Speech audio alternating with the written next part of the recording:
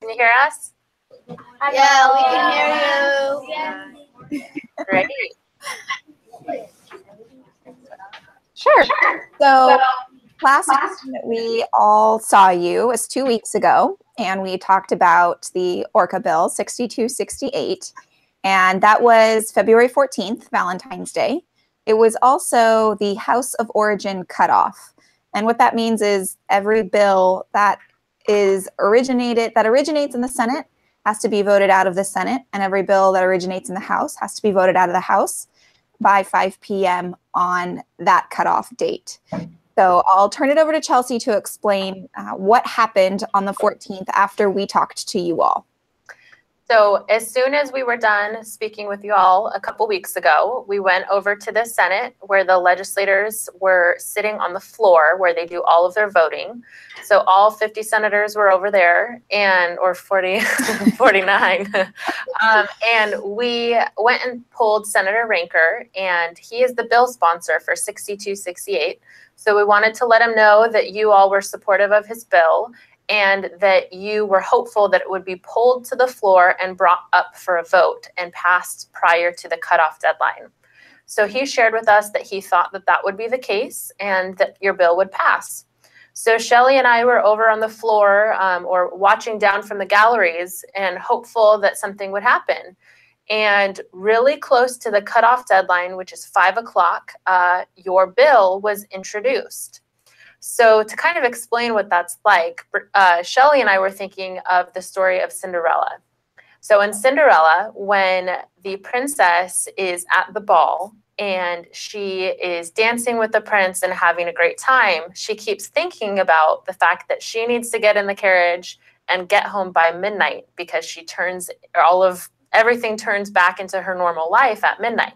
And that's kind of what happens here when there's a cutoff. So at 5 o'clock, all of the bills that do not pass off the floor are dead. And they go back to where they were previously, which is just an idea. They're no longer a bill.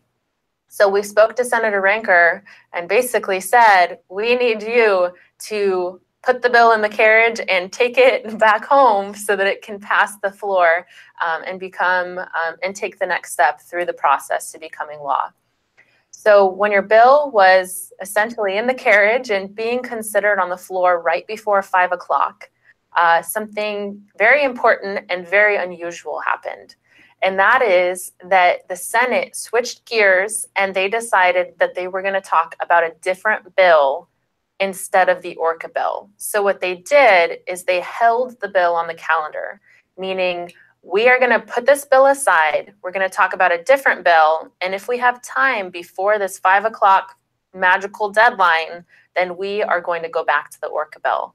But what happened is that the bill that they decided to discuss, there was a lot of disagreement amongst the Senate, Republicans and Democrats about what they wanted to do. And so the time ran out. And essentially your bill the carriage went back to being a pumpkin. But don't worry, because Shelly and I have been working pretty hard, and so has Senator Ranker. So that typical of what happens in Olympia, the fairy godmother did some magic, and the bill is still under consideration in various forms. So Shelly will explain what happens next. So after the cutoff deadline, we spoke with Senator Ranker again, and we asked him, is there any way that this bill can still be considered? And he said, there is a chance. You need to talk to Senator Nelson. So Senator Nelson is a senator that leads the Senate Democratic Caucus. So she's one of the individuals that makes the decision over whether bills are considered past their cutoff deadline or not. So kind of like the fairy godmother can do a little bit of magic. So Senator Ranker encouraged us to talk to Senator Nelson. That's when Chelsea emailed you all and said, if you can, reach out to Senator Nelson and let her know that you're supportive of this ORCA bill. So currently, the bill has not been pulled to the floor again for debate, but it has come up in the budget process. So there's legislation that's being considered in Olympia, and then there's also budgets. Legislation has to do with policy and sometimes has impacts on money, but the budget solely has to do with the state allocating its money to different projects. So raise your hand if you get an allowance. Okay. And how many of you who get an allowance have in the back of your mind something that you want to buy with your allowance? All right. And what happens when the thing that you want to buy with your allowance is more than the allowance that you have? Exactly. You save it and you wait until the next month. Very good.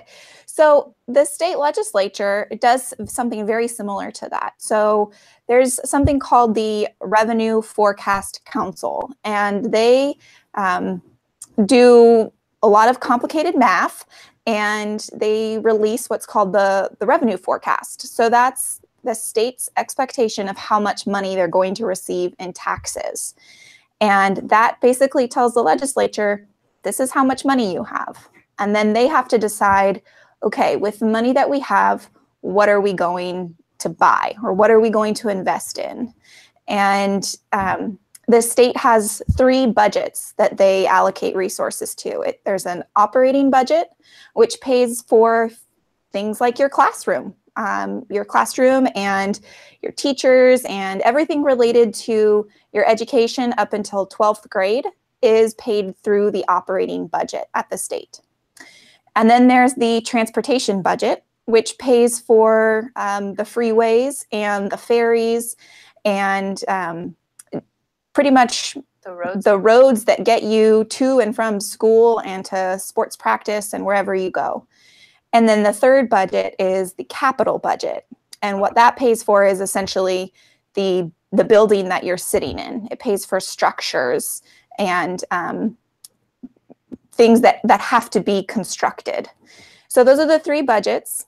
The House and the Senate released their 3 budget proposals. And in the operating budget of both the House and the Senate, they allocated resources to orca protection. So I'll let Chelsea explain what that looks like in the budgets. So both budgets included some funding for in order to enforce the rules that we talked about that were in one of the bills that we considered a couple weeks ago. So Senate Bill 6268 talked about how close boats can get to orca whales. And you'll remember that that's to make sure that the orcas are not interrupted in their way of life. So if you think about a dog, for instance, and your dog is eating dinner, and your mom or your dad says, don't touch the dog because they don't want to be disrupted when they're eating dinner. They might bark at you or they might nip at your hand. They'll be frustrated. It's kind of the same with orca whales. If you bring a boat that's too close to the orca, then they're not going to be able to feed and they're not going to be able to talk to each other underwater. And so it disrupts their way of life. So both budget bills have $1.5 million to say, we want the state to enforce the new rules about how close you can get to orca whales. So they say, we want them to take, say, several hundred yards away from the orcas in order to protect their way of life. So that's one of the things that was included in Senate Bill 6268, that while that bill is not moving forward, that policy or that idea that you guys really liked is still being part of the process here in Olympia. And then additionally, there was $800,000 in the House budget that was for habitat production. So when we talked about buying $1.5 million worth of salmon so that we can feed the orcas and help their recovery, so there's more than, I think, 76 out in the water, that was what they were trying to do with increasing hatchery production. And at this point, it's not clear whether or not the House and the Senate will agree to include that money in the final budget. But what's happening right now is both the House and the Senate are continuing to have conversations about what's in each of the 2 bills in both of the chambers. And it's the lead members of the House and Senate. So the fairy godmother, Senator Nelson, over in the Senate, and then the fairy godmother over in the House are having communication about what they want to be included in the final. It's actually a fairy godfather in the house. So they're having those communications, and Shelly and I, in order to influence the process at this point, if we wanted to make sure that that funding was included, we would go to Senator Ranker, who is the sponsor of the bill in the Senate, and say, we saw that there's more funding in the House proposal. We really like that funding. Somerset really cares about making sure that we're helping with hatchery production and creating more fish. So will you please go to the fairy godmother and tell her this is a really great idea. Please support it in the final budget. So that's where we're at. And there's also one additional bill that has surfaced. And so Shelly and I wanted to chat with you about that. So I think we told you really early on that there are 2 years in a cycle here in Olympia. There's the first year, which is a long year, and a second year, which is the short session, and that's what we're in right now. All of the bills that are introduced in the first year are still alive, or the pumpkin or the carriage has not become a pumpkin yet going into the second year. They all come back to life. So there was a bill that Senator Ranker introduced last year, and that's your bill sponsor, and it is still alive this year. So I think one of you asked me a question 2 weeks ago about, is it possible to take 2 bills and put them together? That's exactly what he did. So he took this bill from last year and then made an amendment that took all of the language from last year and took all of the things you like about 6268 and put them in there. So that's the orca recovery, the funding for the fish, it's the funding for enforcing to make sure that that you can't get too close to the orcas in the water. That's all in this new bill, and that bill number is 5886. So we are now following that bill in addition to the budget and in addition to Senate Bill 6268. There are a lot of moving pieces right now, and you guys picked a really great topic because it's something that clearly lots of the legislators care about because it's continuing to pop up in different ways. So one of the fun things that Shelly and I get to do is to see what bills are introduced and how they get changed and amended so that we are aware of the different ways that your bills continue to move through the process. So with that, we know that's a lot of information. Does anyone have any questions about what we shared or about the legislature in general? I'm sort of wondering, when you say Senator Ranker, is he a guy from Star Wars? Good question. No, Senator Ranker is one of the 49 senators, and he actually represents Orcas Island. So the area, I guess, I don't know if anyone's ever been out in the Puget Sound where all the islands are, but he represents an area northeast of where you guys live. And so where does Senator Nelson represent? Senator Nelson represents Vashon Island, an area around there. So that's a little bit closer down by Wild Waves. Has anyone ever been to Wild Waves? Oh. Okay. So it's not exactly where Wild Waves is, but it's near that area. Good landmark. Thank you. You're welcome.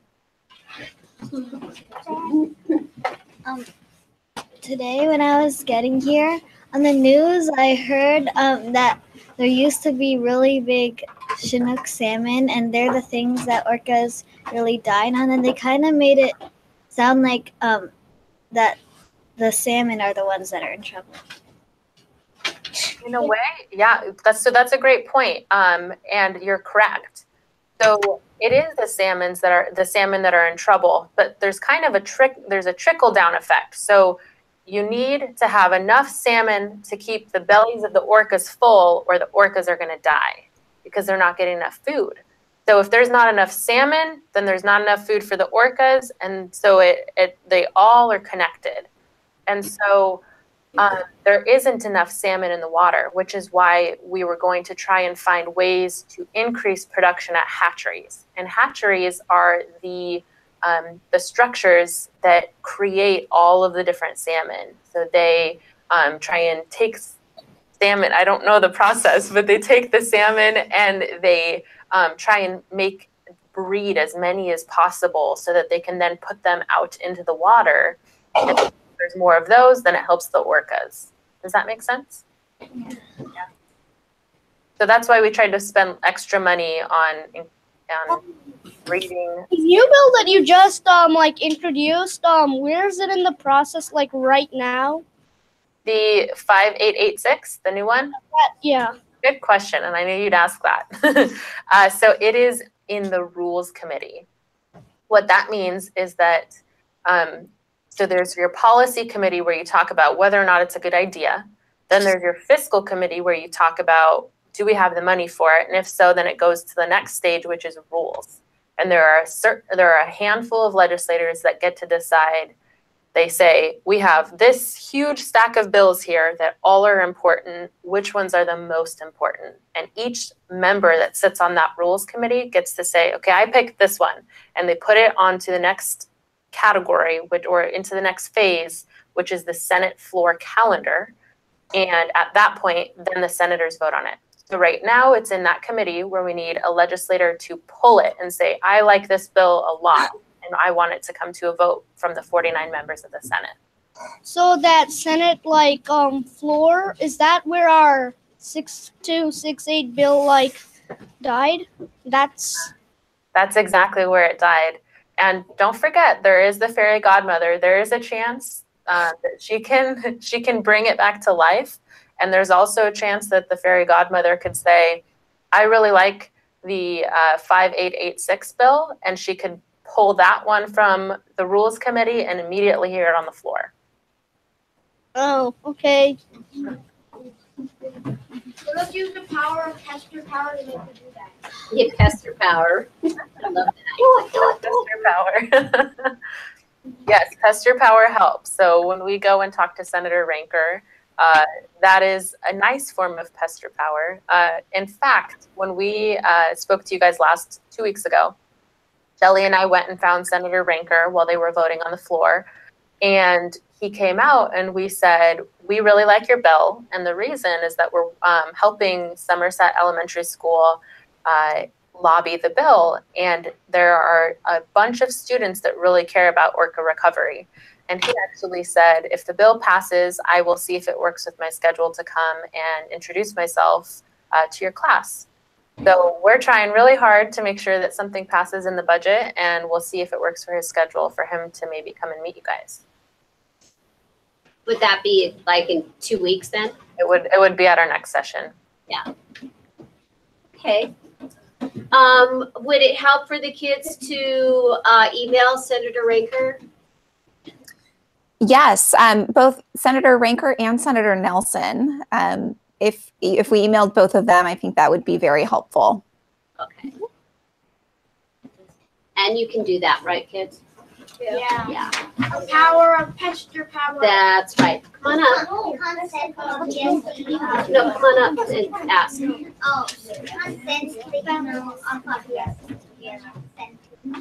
Oh, no, you can just send it from home. Can you send it from Gmail? Yeah, you can send it from Gmail.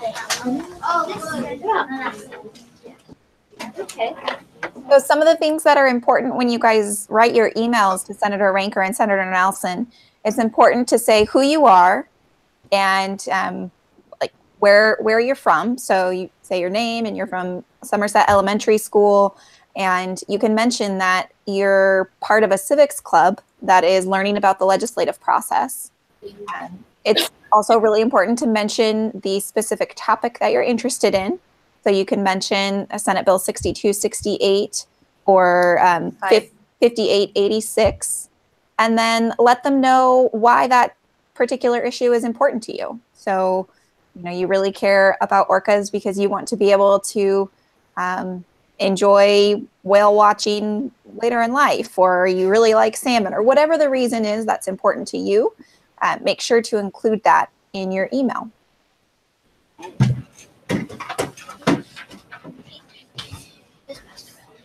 Have you guys made any other posters in the last couple of weeks? We have I think next week we'll be working on those posters again, so we'll have to change the bill number to 5886. Yeah, it's been pretty interesting to see how they've taken the concepts in each of the initial bills. I mean, we started with 1427, and they've moved it into 2 other bills and both budgets. So. And I think also, kids, it might be a good idea on our posters if we put the email for both Senator Ranker and Senator Nelson so that others can copy that down and they can send emails as well. Right? Yes, That'd be great. definitely. All right, so that's our plan for next week, kids. Yes. No, just finish the one that you have or add. Oh, yeah, you can add on to it. You can add the email onto it. And then you can help another person. Yeah, come on up. So I was wondering about the Bill 5886. And so what is Senator Ranker's email? Sure. It's his first name, which is Kevin, and I think your teacher is going to write this down for you. KEVIN dot Ranker, RANKER at leg.wa.gov. And so when you email him, you'll want to say, "Dear Senator Ranker," because he's a legislator. We don't usually use his first name, and so you'll just use Senator and then Ranker. And the correct spelling of his name is just RANKER. That's correct. So it's Kevin.Ranker. At LEG. At ledge.wa.gov. Perfect. Okay. Also, my parents don't like me giving personal information around, so how do I know it's safe to give personal information? That's a good question. Yeah. Well, I think that your parents probably gave you really good advice. I think when you're sending this email, if you're sending it from your personal email, you can just say, "Hi, my name is," and you can say your first name. And really beyond that, you don't need to say anything other than, if you're not comfortable saying that you go to Somerset Elementary, you can say, "I'm an elementary school student in the Bellevue area." But it's important to note what area of the state you're from. Legislators really appreciate hearing from individuals from all over the state. So if you can just say the general vicinity, you could even say that you live in King County. You can make it as specific or not specific as you feel comfortable with. Yeah, so that's probably a good question to ask your parents as well. You can say, "I'd like them to know generally where we live, but is it better for me to say I live in King County, or is it better to say Somerset or just elementary school?" It's a good question to ask them, but as specific as you can be for legislators is helpful. Okay. Good advice.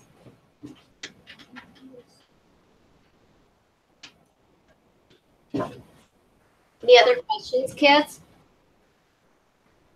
So I just really quick, I'll share where we're at in the process so that you guys have a sense of what's going to happen next. So we are getting very close to the end of the legislative session. We are, 8 days away? And so legislators are going to need to pass these final bills in the next couple of days. There is a cutoff deadline this Friday at 5 p.m. again. And then all of the bills that have passed both the House and the Senate are going to be sent over to the governor so that he can sign them. And that includes the budget bill that has the funding for enforcement of how close you can come to orcas. So if that is negotiated and both the fairy godmother and the fairy godfather think that it should be in the final budget, then it will be passed into law, and then that budget bill will go to the governor and he will get to sign it to kind of show that it is final and that it has become law.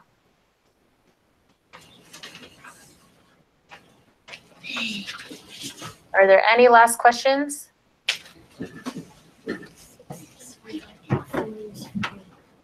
Any last questions at all, kids? Okay, so the next session that we meet with you in 2 weeks, probably be our last one then. Right. Yes. Over. Okay, so we'll tie everything up then. Okay. Well, All right. thank you. We look forward to talking to you in 2 weeks and hopefully giving you good news.